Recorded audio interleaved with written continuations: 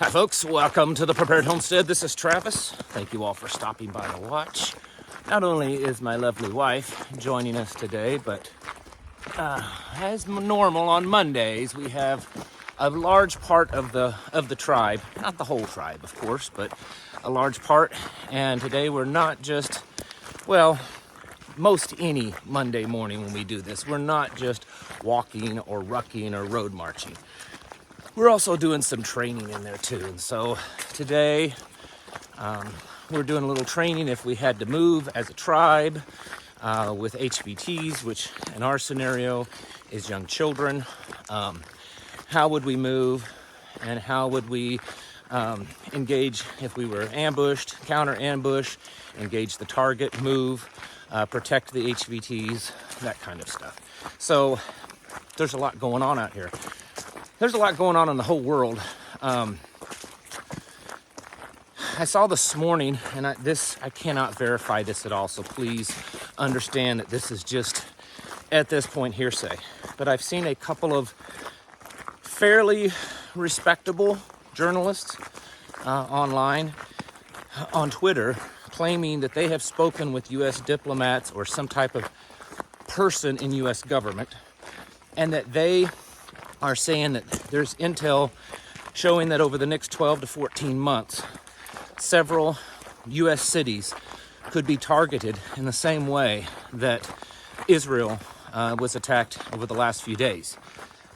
There's lots of intel that there's multiple Hamas sleeper cells in the U.S. And then, like I spoke of yesterday, we have no clue of how many potential sleeper cells have come through the border with the around 8 million or so people that's come into this country illegally in the last 2 years. This should be a wake-up call for you. I know it has been we prep all the time. My wife and I, we're talking about it, not all the time, but it is a big portion of our conversation. And just in the last couple of days since this has happened, it's been a kind of a wake-up call that, are we doing enough?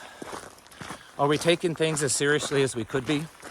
Because, oh yes, just walked through a huge spider web. What more can we be doing? And so, as a family, as a husband and wife team, and then also as a tribe, this has been a bit of conversation in the last couple of days.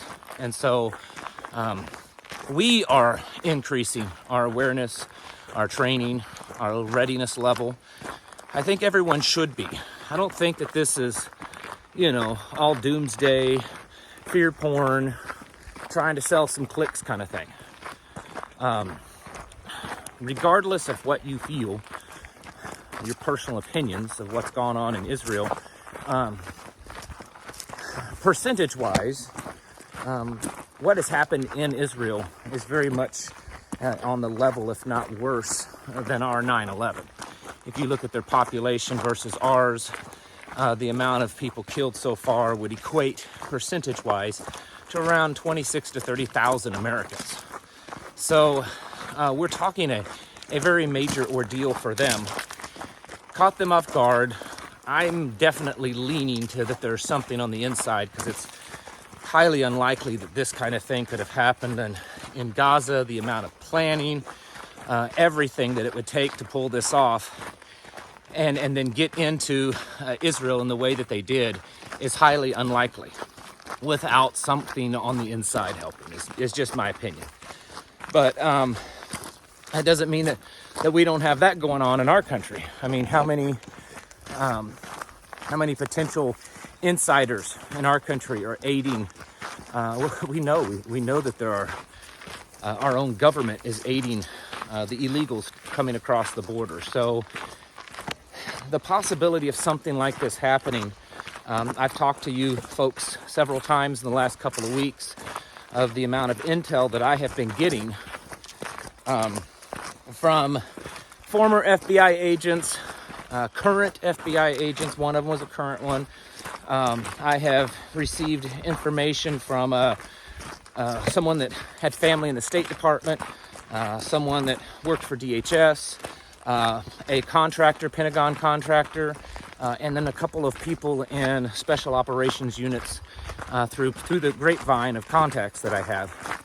And every one of them said pretty much the same thing, that they were being told by their superiors to get ready, that over the next 12 months, there are a lot of things on the radar that could happen, that could be very devastating, that things could kind of fall off the cliff. We have an election coming up. We have possible World War III with other adversaries. And then now this intel comes out that what's happening in Israel could very well happen here. And when you look at the global stage of the very overt and divisive lines that's being formed, where certain countries are taking the side of Hamas and other countries are taking the side of Israel, I don't know how to tell you any other way other than we have to be getting ready for this. We have to be planning and training and stocking up, and everyone needs to be involved. You know, as you see, my wife is out here today. Are you having fun? You can say yes or no. It's okay. I don't know if it's fun, but it's a nice day. It's a beautiful day out. It's always good to learn. That's right. And you should be getting everyone out. And I'm speaking to the men right now, the husbands, the fathers. If you're out doing training, and maybe you're doing training with other guys, that's great. But if you're not doing that training with your wives and your children, that's not great. Because if something happens, you're not going to just leave them behind and go off too far from the homestead. If you had to move, if you had to evacuate, if you had to do anything, you're probably going to take them with you. So you need to learn how to move as a unit. Your wife, while you may not view her as a rifleman, because I just wouldn't want her being in the front line. Your wives, the mothers, are a defensive line. So while the men are out doing their stuff, hold up, columns holding up. As the men are out doing their stuff, the women can be back defending the children. So they need to learn too. The women should be training. You should be stocking up, and not just training in a combat defensive way, which that definitely should be part of it. You should also be doing medical training together. You should be training to just, do all the things that need to be done around the homestead, so that if you as a man is out of commission, maybe he's off somewhere, who can run the homestead, who can provide defense for the homestead, who could maintain it and do the things that need to be done. That's why your children should be training and should be part of your homestead. If your children aren't learning how to take care of the animals and chop the wood and load the fireplace and do all that kind of stuff, there's a big liability there. So everyone in the family should be learning, and don't discount young children. I understand there is an age where they're just too young, but even 4-year-olds, there's a lot of things that a 4-year-old can learn to do. 5, 6, 7-year-olds, definitely lots of stuff that they can do.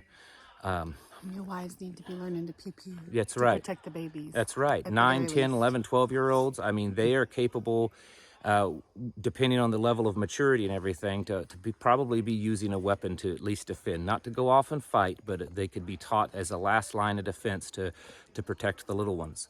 And you're right, the women, they need to be training. They need to be learning this kind of stuff. I know for some of you, a lot of this kind of talk seems a little on the edge, a little on the extreme. Do you think if I was having this conversation with people in Israel right now, that they would think that that's too extreme? Do you think that the people that have gone through and will continue most likely to go through a lot of turmoil and tragedy there, if I had this conversation with them and said, hey, let's go out and train and do this, do you think, oh, that's too extreme? We would never need to do that. Because I'm sure most of them right now would be thinking, man, I wish I had that kind of stuff. I wish I could do that kind of stuff. I wish I had that training and that equipment, because it may have been a little bit better for me. Not just that, it's like having insurance. Yeah, it's like insurance. To have insurance that you never use, why not? And it's bonding time. It is. It's a bonding time. The children love it. They really do. But then they'll know what to do should an emergency occur. Right. And we're talking wild animals. Sure. We're talking tornadoes, we're talking earthquakes, anything like that. Yeah, it doesn't have to It's actually be Hamas that you're fighting or someone else. There's a lot of things. We're out here, we're in the national forest right now. And where I'm actually standing, let me see, yes, where I'm standing right now, there's a ravine off to my left. I guess you're right. And there's a wild boar right here somewhere. Yeah, and there's a ravine probably 150 feet from where we're standing on this road. And down in that ravine, I've tracked wild boar, and I've talked to other people around here that's seen some wild feral hogs, and there's a couple of really big ones. We know for a fact that there's black bear in these woods. That's not a question, there's a fact. And so when we come out and we do this kind of training, and we've seen mountain lions. Yeah, we've seen mountain lions in the area. We want to make sure that everyone is safe. We have small children with us. So part of it is just doing this for safety reasons. And learning how to do this for safety reasons now will easily transpose over to safety reasons when the doo-doo hits the oscillator and we're no longer fighting four-legged animals or worrying about four-legged animals, but we're worried about two-legged. And so there's a lot of things that you can be doing. You know, when you're doing this kind of stuff, you can also throw in a little bit of medical training. You know, simulate one of the children falling down and breaking their leg. Okay, now what do you do? If you're 3 or 4 miles in, what do? You have to bandage it, you have to, take care of that injury, and then you have to get them out. So there's a lot of type of stuff that you can be doing. It doesn't always have to be G.I. Joe Green Beret door kicker. Just doing this kind of stuff as a group, as a tribe, it's bonding. You learn how each other thinks and moves, and you're able to react much quicker because you now understand the thoughts and the movements and the jargon, and the jargon and everything. It gets everyone on the same page. And so if you haven't realized by now, this, yeah, being out here, right, and the children understand. They understand certain code word. What does it mean if I'm in the rear column and I see something and I yell threat? Do they know what to do? Do they know how to react to that? Do the men that are, or even halt, halt or defense or anything, do they know how to react to that kind of stuff? Not everyone has military background, and so you want to make sure. You want to make sure that everyone at least has a basic understanding of certain terminology. And you don't necessarily have to use military terminology. Rules, like what do you do when you're where? Right, but you can make whatever terminology you want, but you want to make sure that everyone understands it and reacts properly to it. So that's why doing this kind of stuff on a regular basis is very, very important for, like we said, multiple. Watch it, that's a little slippery mud right here. Don't want to have one of our injuries that we have to look out of here. Anyways, long story short, the world has become much worse. You all know that. There's multiple channels you can go and watch, and you can find all the details about how bad things are getting. But we, as a tribe, as people, we need to be properly reacting to that, properly building a defense, and properly, can't hardly speak, planning, because the likelihood that something similar to what's happened in Israel could happen here is becoming more and more likely. So we need to be getting our houses in order, folks. We need to be preparing ourselves mentally, physically, and spiritually.